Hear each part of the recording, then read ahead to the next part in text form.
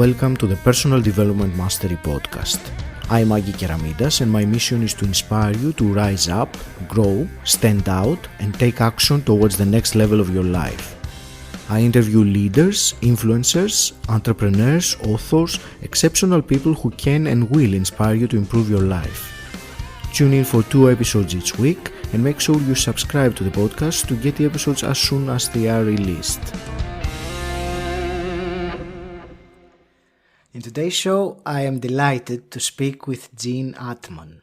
Jean, you are a soul evolution coach and energy medicine specialist, and a leading expert on how to break free of negative life experiences for good.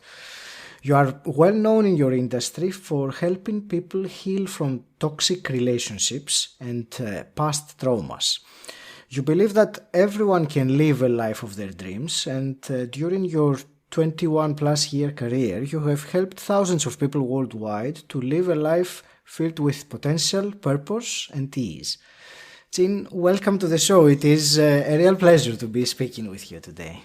Thank you. I appreciate the opportunity to speak with you. Shall we start with a little bit of background of your story, Jean? So, if I were to ask you to share with us maybe a milestone or a key defining moment that will, make this conversation that will follow more relevant, what would you say? Mm-hmm. I think a defining point in my life was when I finally broke free of a really, really toxic relationship. And it made me realize so many things in walking through that experience because it was so profoundly uncomfortable.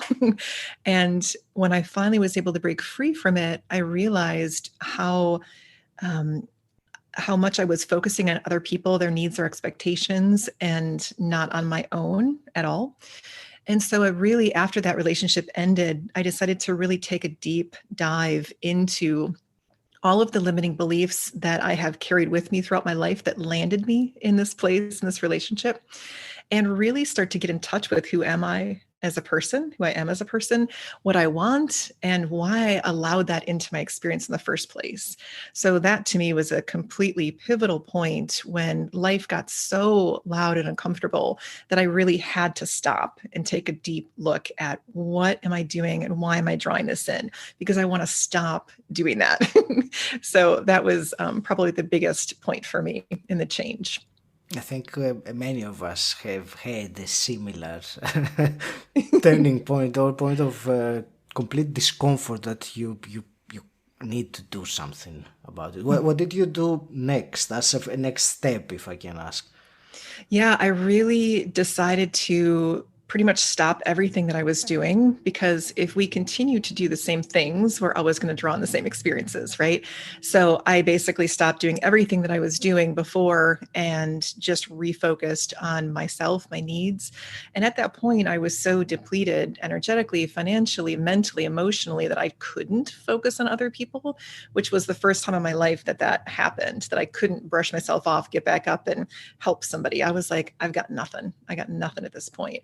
So I really needed to take time and solitude and some isolation and just really heal. So it really was distancing myself from a lot of the experiences of normal, like 3D life experience, going out and hanging out, doing all these things, and really just went in and got quiet with myself and started to explore much deeper everything that was happening in my inner worlds until I started to gain some understanding of it. And what I found was fascinating because there's so much going on in there that is just like this endless playground of experiences that we can have is if we just have curiosity and start to ask what's going on in there and why do I feel this way and what can I do about it. And so I just really started to understand everything. And I'm pretty analytical as well as spiritual. So my mind wanted to be really active and understand everything, which I feel helps me to become a better teacher because I've walked through the experience. I understand it emotionally. And then I also understand all the moving parts about how to heal. So for me, it's about being kind of a student of life and having the experiences as well as being able to share that information and help others to thrive. and maybe not necessarily have to go deep diving into crisis mode before they can shift and make changes in their life. So try to kind of help people and catch them before they have to, life gets really loud. So we don't have to get into that deep state of suffering, but we can make changes just because we just got some discomfort in our lives instead. Mm-hmm. You reminded me of that phrase that says that people change either out of inspiration or of desperation. So I think it's much, much better to change out of inspiration before we have to change. For sure. So true.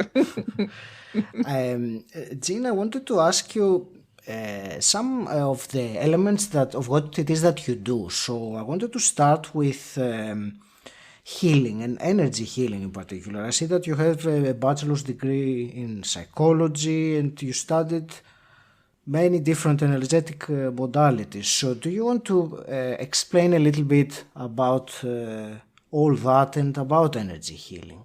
Mm-hmm, absolutely. So my life started out, I've always been a really sensitive child, and I grew up in a household of very traditional values. My mom was actually a nun, and my dad was a brother, and they met through their music and their religious career, and they had to get a dispensation from the Pope to get married. So I grew up in an extremely traditional Catholic household. And so I come in having memories of past lives and exactly what happened before I incarnated into this lifetime, and talking about all these things that I'm sure will leave my mom, turning in her grave after she finally crosses. But she thought, what is going on with this kid? And I would see things in our house, and it was really always very connected to the outer realms and the subtle things of what happens around us that a lot of people didn't seem to pick up on around me. So it left me kind of feeling like there was something wrong with me, possibly, that I was different in all these ways. And I also grew up with a lot of toxicity and abuse, narcissistic personalities, sociopathic personalities in my household. And so I got really good at reading the room because just out of safety, making sure that if they're okay, then I'm okay. So with the connection to the outer realms, as well as my ability to start reading energy, it really turned into sort of gifts as I evolved and was able to get, sort of remove myself from those experiences. And then, clearly, as I talked about that narcissistic relationship, when I was drawing in more of that outside of the family, I finally started to get clear about how I was creating my reality. So emotionally, energetically, it's been a very personal journey. Professionally, I got introduced to Reiki in 2000. And my Reiki master, he and his wife are my kids' godparents. I mean, we're still really close. But during my first attunement, it was just the most amazing thing, because after the attunement happened, I walked outside to just sit and just be for a little while. And I realized that every single leaf on the tree was energy. It no longer had the form of a leaf, but it was energetic vibration, all these little particles that were moving, that were making up the world. And I thought, oh my gosh, everything is energy. And we hear that, but to witness it and see it was very, very profound for me. And I was sold. And what was so great about the experience was because I always knew these things. I played with energy before that, but I didn't understand that other people did as well. So when I found that this is actually a thing and that other people are practicing this and doing this, it made me feel like I finally found home. I finally found other people who get me, that I can relate with and learn from, because I knew this was within me, but I didn't know what it was or what to do with it. So as soon as that attunement happened, that started my energetic modality. And I've taken as many energetic modality trainings as I can possibly find, just to start to understand what's happening within me and be able to apply that to my practice. Does each of these modalities give you a different level of understanding then? It does. It really does. And I pull, people sometimes will call me for a Reiki session, and I don't just do Reiki just because there's so much of an integration that happens within my work. So each modality provides different tools. And what helped me along the way was sort of the structure of each one, because I could understand that system, to entertain my analytical mind, understand that system and be able to practice within the framework of something. And then I would start to evolve it into my own perspective of it, my own integrated modality of it. So everything just sort of kept evolving throughout life. And in 2011, I opened to channel with the Ascended Masters and Archangels. And that changed everything, because when you have direct source guidance to questions you have in present time, it's a game changer. So I spent basically 2012 in meditation, because it was so entertaining speaking with all these outer realm beings that I don't even know if I left my house for most of 2012.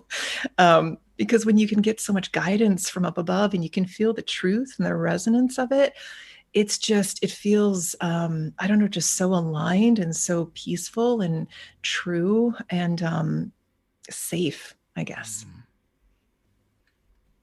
I can only imagine, Jean. I actually had recently a conversation in my podcast with someone who was channeling as well, and I actually had the opportunity to ask during the interview to the stream and gain and it was some incredible insights. And I know that these things, there are many preconceptions and that many people have prejudices against all these things, and maybe it is not because they don't understand, but I would certainly like your comment about, people that completely will discard something like this as, not valid or not true. I know that these are not the people who listen to this, because they won't be listening right now anyway. However, I think it is very, I always find that interesting about, the collective, because most people do not see it. I don't know if you agree with me. I do. And, getting into Reiki about 2 decades ago, where this was not acceptable, it was not accepted, and people thought it was really strange and weird. And it's always sort of been something that, especially in our country, in America at least, that we're not taught these things. We're not open to these types of experiences too much. We're not involved with meditating and just being in the stillness and being able to connect. And really, it's just a sense of connection to yourself. And I do believe that it's so important to honor everybody on their path. And if it's not resonant with someone, then it's not meant to be in their experience right now. So I think that if someone feels like they'd like to engage with it, then there is something that is in that field saying there might be a calling there for you, and to see where that leads you. And if people are like, that's a little woo-woo and that's a little crazy, then that's okay too, and they might be in a more linear pathway in some other types of experiences. So I think it really is about just honoring what every person has within their life experience. So right. And it's interesting what you said, that at that time Reiki was not accepted. And I think generally right now, more and more people are seeking for something different than how it has been up to now. So they're more and more open to spirituality, or what you call the woo-woo in a sense, which I always laugh when I hear that phrase. But it's many people say that, and it kind of sounds. So I think there is a general movement, or a general. You used the word curiosity earlier towards that. So I would like also some of your thoughts about what's happening. In the world, that's a big question. Well, from a planetary perspective, from a spiritual perspective, we knew as a community that 2020 was going to be a big year. And from a spiritual perspective, we have talked about the process of ascension for a long time. So everything is energy, and people think that energy might be a little out there, but energy is science. Everything is made of energy. You can't be created or destroyed. It's transmuted. And so when you can start to see the science behind it, that might be helpful for some of those more grounded thinkers about how does this really work? And I think about energy the same way that we're speaking right now, or that you call someone on a cell phone, you tune into a specific frequency and you can read and receive information back and forth. Energy and remote healing works the same way. But to circle back around to your question, right now the earth is going through an ascension process. So it has a vibration that is currently its frequency. So within ascension, the earth herself, her frequency is starting to elevate and vibrate at a higher frequency. So what happens within that is there are lower density aspects of life, which include emotions like guilt and shame and blame and jealousy, envy. Those are considered sort of lower density. So if the earth, who all these inhabitants live on the earth, if the earth is at a lower density, we all will match that frequency, which has been kind of dense and heavy. But as the earth rises in her frequency, we all are encouraged to also match that frequency. So if anything that is in our energetic system that competes with that higher frequency, it surfaces to be purged. So you might see people really feeling like, holy cow, life is so intense right now. These emotions are surfacing. I don't know what to do with this stuff, because we are unable now to stuff these things back down just because we're being nudged, and then sometimes not too gracefully, into a higher frequency. So anything conflicting of that has to be moved outward. So people might be experiencing more crisis now, or the things that are in their experience that aren't working might be louder, getting their attention in greater ways to say, look at this, it's not working. What can we do to change it? So there's those people that are on the path where they're, just minding their own business, living their lives, and all these things are happening, and they're like, what's going on? And then there's people that are intentionally saying, we know that this clearing is happening. So what can we do to help facilitate it, to make more ease around this type of experience of clearing? So either way, we're all moving into a beautiful state of evolution. It's whether you choose to do it kicking and screaming, or a little bit more gracefully. I liked very much some phrases that you used. It was very carefully explained. And you said, I remember you said that we are encouraged to rise with the rising vibration. So we're not, forced, we are encouraged, but right. There is lots of resistance if you don't. And you also said about things that come to surface to be purged while this process is happening. Is there something that you would facilitate this purging, or make it easier maybe for people who realize that, yes, this is going on, but it is very uncomfortable? How can I move towards that with less resistance, with more, grace, if possible? Yes. I think the main component is really starting to understand ourselves at a deeper level. Because when we are born into this lifetime, say we have parents that, for instance, in my household, very sort of unstable emotionally. So there are certain belief systems that I developed as a child. And I realized that as those belief systems continue to be validated throughout my life, these loud experiences would come in, these narcissists would come in. So it's like taking the experience of what your life is currently, seeing what's not working. Where if you're suffering in any particular part of your life, that is information that says something is in conflict with your innate self. Something is uncomfortable. It needs to be purged and cleared. But what happens is people will look at all the details. Well, this person said this and did that, and then this happened and that happened. And it gets people spinning and confused and continuing to focus outward. But when you turn that focus inward, sort of reverse engineer things, you can start to say, okay, so why am I in this relationship that doesn't feel good? Why am I in this toxic relationship? What's happening within me that says that's okay? How am I as far as worthiness to have a healthy relationship? Do I love myself enough to say no to things that don't feel good? So when you start to turn that energy and focus inward, you really can correct so much. But it really is a conscious effort to remove the focus from the details and focus it back inward where real change can be made. And Jean, when you say focusing inwards, do you mean that at a psychological level or at a spiritual level, or both? So be more, describe a bit more in detail how you mean it going inwards. That's a really good question. So we have different bodies. We have our emotional body, right? So we have triggers.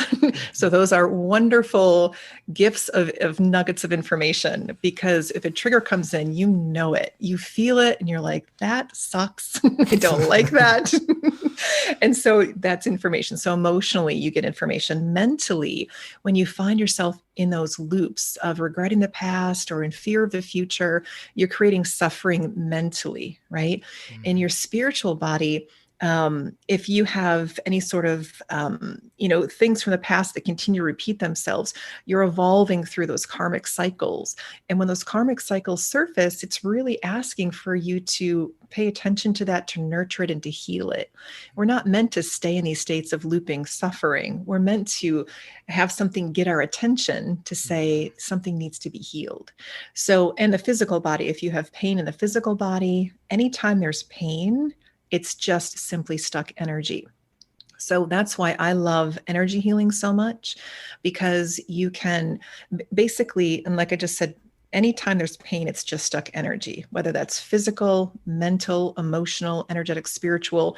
So when you start to clear the energy body, you remove everything that's attached to it. So in my work, I specifically deal with limiting beliefs that create negative experiences on repeat for people. So when we go in and we see where that limiting belief is, we start to energetically clear that, as well as bring the cognition of how they're repeating that throughout their lives, how they're reinstating that on a daily basis. We start to make those corrections. You start to see life change really rapidly. But until you identify what's going on inside, it's really hard to make changes. You're just kind of shooting in the dark, hoping that something works. So I know that was a really complex question. So to simplify, I would say, recognizing anytime that you're in a state of suffering, that something is surfacing to be healed. So recognizing if it's uncomfortable, if you're being triggered, if you're mentally looping through things, it's information that something's ready to be healed. And so taking that time to just go within and, even if it's a walk, it doesn't have to be a week-long retreat. It can be a walk, and you can just pose the question to yourself, what's going on in there? What do I really need? How can I separate myself from this negative experience? What's asking to be healed? And when you start to do self-care like that, because that's real, that self-care and soul care is just asking, what do I need? And how can I meet those needs for myself?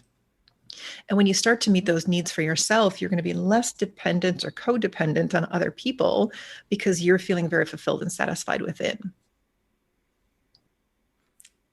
Thank you. You said about self-care and soul care, and I wanted to ask you, it's relevant to the work that you do, that you are a soul evolution coach. That was the title. So can you tell me how that relates to this self-care and soul care, as you said? Yeah. And so sometimes I'll call myself a self-mastery mentor, soul evolution coach. It's been kind of hard to define, just because there's so much that we work on within session. Yes. There's not one thing that changes, but everything changes. Life changes. You basically up level into a new platform in life. And so, but basically what we're doing is that we're evolving our spirits. So we're here during this incarnation to evolve. We're not here to make the millions. We're not here to have all these things, that we're trained or taught to think, to believe, but we're really here as souls to evolve. And we evolve through lessons. Yes. And sometimes we evolve through tough lessons. So, and I love that old saying where if someone were to look at a seed in its period of growth, it would look like mass destruction because it breaks open, but that's kind of how growth and evolution sometimes works, where we really do need to break through and break free of all the old in order to be able to bloom and evolve into something new. So when you can start to look at experiences as evolutionary path. I'm here because I chose before I even came here to walk through this lesson in order to learn that and move on to the next thing. And I'm in this process of healing the old cycles so I can open up to having new experiences. That's why we're here having this experience. But sometimes people get so sort of scared or hold a lot of fear around having experiences because they're not sure what's going to happen or if they're going to be okay.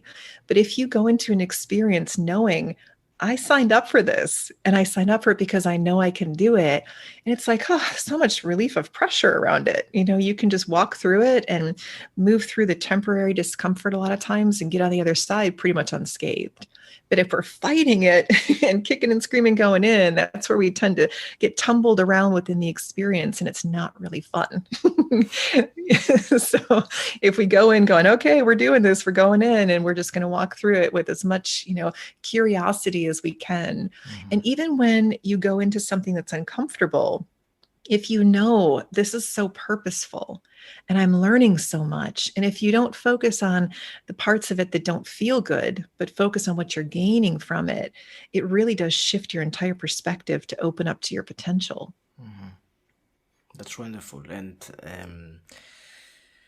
I think it's very empowering when you realize that it has been your choice. You are making this journey, and there is that wonderful phrase that Tony Robbins uses, that life is happening for us, not to us. And that, I think, embodies everything that we might perceive that this is not good, this is inconvenient or whatever, or this is a tragedy.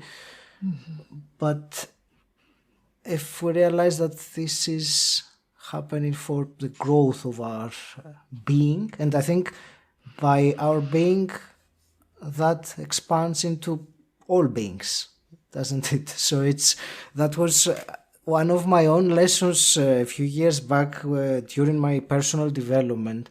I always thought that personal development is for me. It's personal, And it took me a while to realize that that's really not the case, because the more I grow, the more everything grows. So my personal development is collective development. It made a big difference when I realized that. Yes, that's so true. And, to even expand on that point even more from an energetic perspective, I see a lot of people who are really givers and overgivers, and they have a hard time dedicating time to themselves and their own development. And what I see energetically is, let's say you're working and you're helping 10 people in your environment, but you are completely depleted. So you can help those 10 people, and the work that you do will branch out from those people. The effort is well paid off. But energetically, when someone dedicates time to themselves and raises their vibration, that lift and upliftment expands exponentially, and it touches the collective consciousness in a way that is unimaginable. So just from dedicating time inside, you're helping the masses in ways that you can't even imagine. So it's like when I started to see that and recognize how that energetic work within and just self-care, soul care within helped so many other people, I was sold. And I thought, it does really, as you serve yourself, you serve others. And when you can wrap your head around that sort of expansive perspective, it makes it even more worthwhile when you do it, because you can see the reach. Awesome. Jean, I would like to switch a little bit our conversation. It was something that we started discussing before we started recording, and it was a very fascinating topic. And so I want us for sure to go through it. And that was about the transitioning of identity. And I was telling you that I had personally my own, and I think many people can relate to that,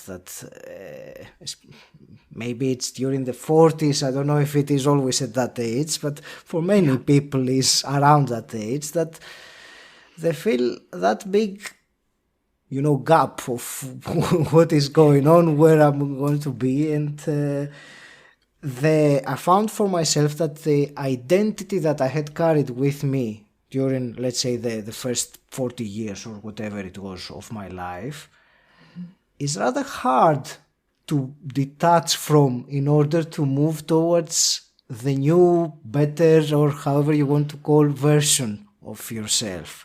So please tell me your thoughts about that. I find this topic very fascinating, about identity and all these things. There's so much that is attached to our past and our backstory. And it seems that a lot of people are always turning backwards to identify, well, this happened in the past, so therefore this is true. Or I experienced this in the past, I showed up in the past this way, so therefore that is true. Mm-hmm. And we focus mostly on that backstory. But if we're wanting to make change and do something different, we really do need to start to turn in the other direction, start to shift the momentum into the potential of something versus just what once was. And it's really challenging sometimes for people to bridge that gap just because the transitional point can be really uncomfortable because it's confusing. We don't like to be confused. We want to know what's going on, where we're going next, where we need to turn, how many minutes it's going to be till we get to that turn. That's what kind of makes you feel safe. So when you start to trust in the process and know that whatever decision you make is going to be okay. Just make one decision, make a decision, see where it leads you. And as you learn to really trust your intuitive process, you get better and more refined at making decisions that are in alignment with where you're going. But it's really recognizing if you're feeling stuck and if you're feeling resistance. So I see a lot of people, one person in particular, a friend of mine who is in such resistance. She's very challenged with finding peace in her life. And she continues to repeat experiences that are really uncomfortable. And we have conversations and I say, well, you could try this, you could try that. And she says, well, it's hard because. So she's in a lot of resistance to shifting. So sometimes people really do just kind of need to stay there until life gets so uncomfortable that they're like, I'm done. We're done here. We need to do something, anything different. And then all of a sudden they break wide open and they're ready for something different. And at that point, it's kind of like a supernova of energy that happens. It's almost like this explosion of shifting and change comes in all at once. But traditionally speaking, those of us that are kind of on path intentionally, when we're in that transitional point, you have pieces from the past coming in that tells you who you are. You have kind of your higher self guiding you to who you can be, who you are inside, but haven't expressed yet. And you have your future self that's kind of drawing you and inspiring you and beckoning you into your potential. So within that frame of experience, you've got a lot of conflicting energies. So at that point, it really is about choice and what feels the best. But what happens is we only allow ourselves to dip in there slightly, and then we pull back out because of the busyness of life or, other things that are happening, people's expectations. But if we allow ourselves to kind of settle into the experience and really feel, the more we can feel and identify with what feels good, what feels aligned, then it's much easier to move in the direction of where you're choosing to go. And the other thing that happens is people can tend to focus so much on what they're leaving behind that keeps them stuck, as opposed to focusing on what they're gaining if they choose to move forward. So it is a lot of perception shifts, but because the mind runs in a default way, you have to be mindful of your thoughts. And when you can catch yourself thinking the thoughts that are keeping you stuck and mindfully and intentionally shift them, all of a sudden you start to create a much different reality for yourself just based on what you're thinking. And so if you think about, thoughts basically create our emotions. So if you're tied to something from the past and that makes you feel safe, you're going to want to stay there. But if you can follow that in a little bit more and say, but that is keeping me in a place of stagnancy, I'm going to start to think this and think about it in its potential, feel the expansiveness in your field, in your emotions, in your joy. And it's easier to kind of lean into that place. But it really does, just take a little bit of dedicated time in that space of recognizing what you really want. And the more you can feel that resonance of it, it's much easier to move that way in the 3D. I get this in a different way. The message or something that comes between the lines of what you have been saying, like this during our conversation with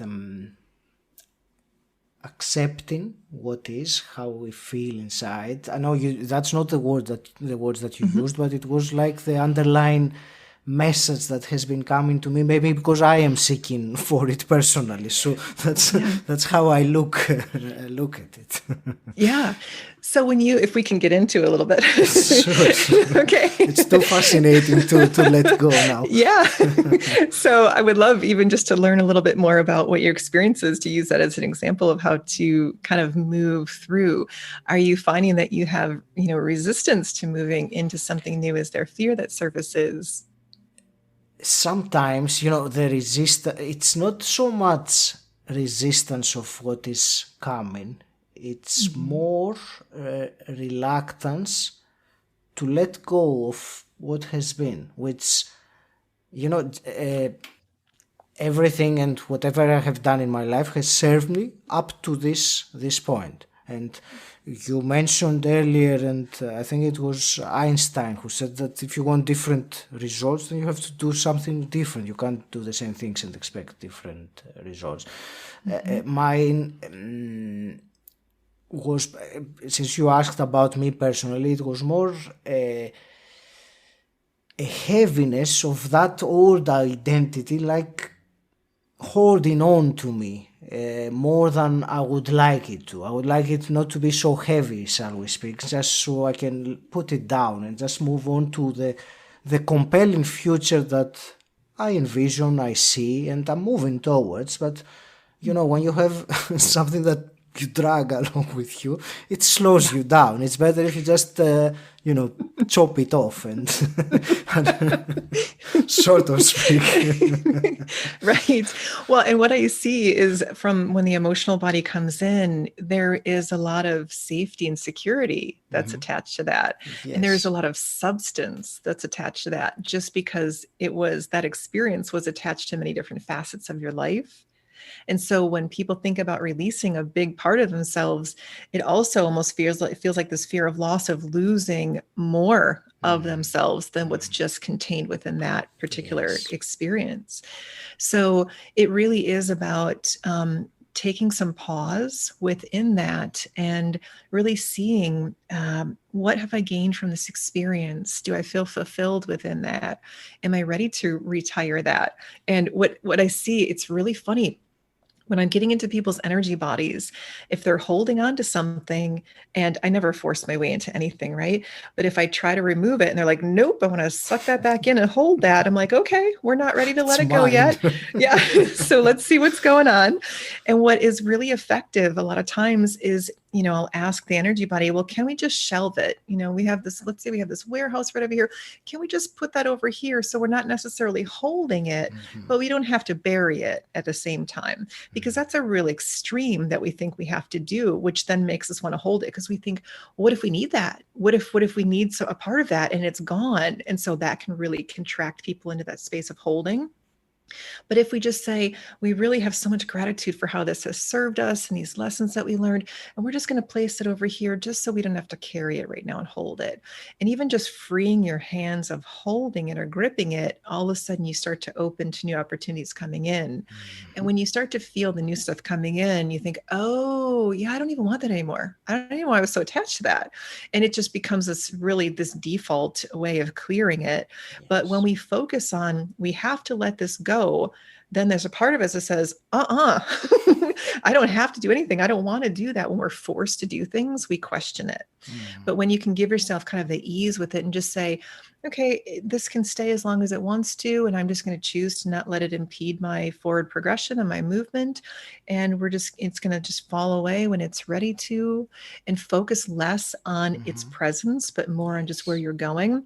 Sometimes that can alleviate some of that pressure to hold and grip, because it's a very natural response to want to hold something that you've been attached to for a long time, especially when it's provided you with so much. Yes. The word acceptance comes to mind, the way that you said, just fully accept it and without judging it. Yes, exactly. And when we can really just kind of open to whatever it is without the expectation of it, a lot of times it's like, oh, okay, there's nothing to fear here. There's nothing to grip here. And it just becomes a bit more of a flow and an ease with that. And then, you can really step into the transition a little bit more easily.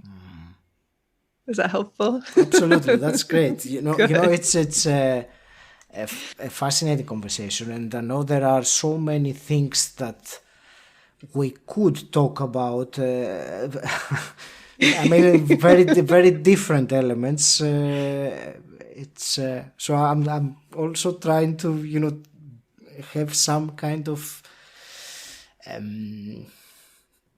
I'm trying to find the right word. Some direction, focus, or yes. direction, yes. Yes, I know. It's a lot of tangents we could go off on. I would like to start wrapping things up, and I will ask you some quick fire questions, which I always ask my guests. So the first one, because it is a podcast about personal development, my first question is, what does personal development mean to you? That's a good question. I think that it really is getting to know yourself, recognizing your needs, your desires, what feels good to you, being able to move in that direction, and just a deeper understanding of self, to me, is personal development. Because when you can understand what's happening within there, you can really consciously create your world. But until you sort of know what you even want, it's really hard to create from that place. You just sort of take the scraps of whatever you're running into. So I think it's know thyself, I would say, in the most brief form. Absolutely. Let's say you could go back in time and meet your 18-year-old self. What's the one piece of advice you would give her? She was a little rebel. I would probably advise her to focus less on all the moving parts of life and feeling like she needs to save everybody, and start focusing, be more discerning of where her energy went, and really focusing on the ones that are asking and ready for the help, as opposed to trying to pull everybody up that just really wants to stay there. So be more discerning with energy and focus more on self, because it's really such a valuable process. And the more understanding we have of ourselves, the greater understanding we have of others. So it's a really relevant piece of this life experience here, is to do that. And Jean, let me ask you one more hypothetical question. If you could wave a magic wand and change something in the world as it is today, what would you change? That's an interesting question. I feel like the world it's really kind of messy right now. And I don't even know if I would clean that up if I could, just because I feel like it's such a relevant part of the process to be in the mess. But I would kind of sprinkle some fairy dust on those people who might not be able to see yet, that could really benefit so much from just a bit more consciousness, a bit more awakening, a bit more open-mindedness or curiosity about their process, just to help them move through the suffering in a more gentle way. And emerging from this conversation that we had today, I was telling you earlier that I really believe in giving the listener some action that they can take. It's not just about listening to conversation or gaining information. So if you were to give to the listener one actionable item based on everything that we discussed, what would you choose? I would say to be aware of when you are in states of suffering, because that's a choice to stay there, and you can choose something different. And when you recognize you're in that state, the only thing you need to do is have the awareness of that. And the more consistently you can have awareness of that, your life automatically starts changing because you're just breaking that cycle. And then the road, you can travel that road further, but just the awareness alone and choosing, I don't want to stay there is and can be life-changing. Thank you. You're welcome. Do you want to also tell us about your course, your Limitless course? Yeah. Oh, it's my labor of love. I recognized that I want to help. I mean, my mission in life has always been to help up-level humanity. And when I say that, it always sounds so ridiculous because it just feels like a really big job. But like, why did I come in here believing that? But it really is true. I just really love to see people thrive and to grow. And so I was recognizing that I couldn't reach as many people by doing the one-on-ones, and my schedule was getting really booked. And I felt limited with my own ability to reach masses. And I recognized how powerful coursework could be with even developing something and delivering it. And all these people were writing in saying, oh my gosh, this has been life-changing. And I didn't even have a personal conversation with them. So I started to recognize how powerful that could be and how many more people I could reach and still have time to myself. So I developed Limitless, and it really gets into how to identify limiting beliefs and how you're creating your reality, how to manage triggers when they come in, how to see what's actually going on inside versus what you think in your perception of what's going on based on the limiting beliefs, how to manage that self-sabotaging inner critic voice, those judgmental perfectionistic voices that come in that are really trying to help us, but they come in a way that doesn't really build us up into feeling good, but it really kind of breaks us down. So how to identify that, how to nip it, and really helping people work through relationship blocks, abundance blocks, because when you build a foundation that is strong, where you understand yourself, then moving into things like abundance and healthier relationships is like a default program that automatically up levels. So we remove the rickety foundation of what once was, build into a new one, and then I help people to expand in all the branch work of other things that aren't working in their lives externally. So I find it just to be a really powerful structure and kind of a step-by-step to help people move through it. And just because I really enjoy watching people thrive and I want to be there as a teacher, because that's my favorite thing to do, I'm present with people throughout the course as well. So we do every other week live calls with me. They can ask questions. We help them work through things just to really keep the momentum flowing so they don't have to stay stuck. So that's my most recent labor of love. And where would you direct people that want to find more about you and the course? Yeah, so my website, 𝗁𝗏𝗄𝗯, and I also offer a free training on there called How to Stop Limiting Beliefs from Sabotaging Your Future. So there's a little video on there that people can access, and as well as I introduce the Limitless course towards the end of that video, and I also offer a discount for people who might be interested in diving a little bit deeper into that work. Jean, is there anything you were really hoping we would talk about today and we completely missed it? Boy, I mean, there's so much to talk about all the time. Of course. I will say just one last thing as we wrap up. You had talked about identities before, and I am seeing so much of that in the collective consciousness. And I think that when people can recognize that their lineage and their ancestral programs, to kind of challenge those things sometimes, because we just live on those things by default so much, and we identify with that we kind of lose sight of who we are.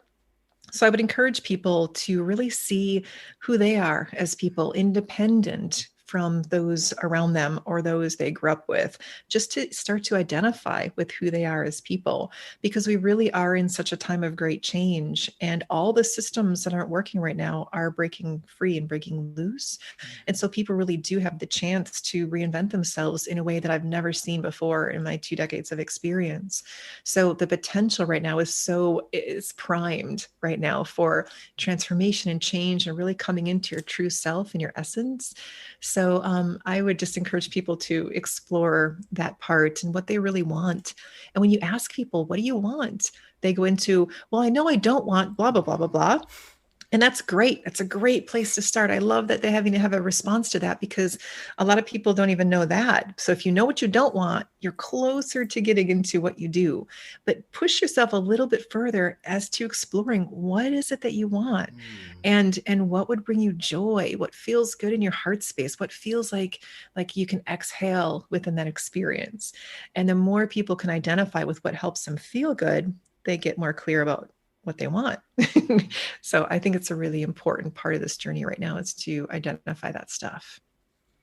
100%. And many people, when I ask them, when they asked what you don't want, it's like they have rehearsed it. They will give you the very detailed answer. And then you ask, okay, so what do you want? Oh, that's a good question. So I will certainly say that as well, and echo what you just said about really defining what it is that we want and putting the time to discover it within ourselves. Jean, it has been a truly captivating conversation for me. Thank you very much for your time and your sharing your wisdom with us today. I want to wish you all the very best in your mission of, empowering the whole, everything. The whole planet. Yes. Any last parting words? No, I just really appreciate the opportunity to speak with you today, and your questions and the depth of them. I really, really enjoyed this experience as well. So thank you so much. Thank you for listening. If you enjoyed this podcast, please subscribe and rate it on Apple Podcasts. And also share this episode with someone who you think will benefit from it. If you want to find out more about what I do and gain access to exclusive content, join my Facebook group Personal Development Mastery. The link is in the show notes, or you can simply type bit.ly/PDM group. And until next time, stand out, don't fit in.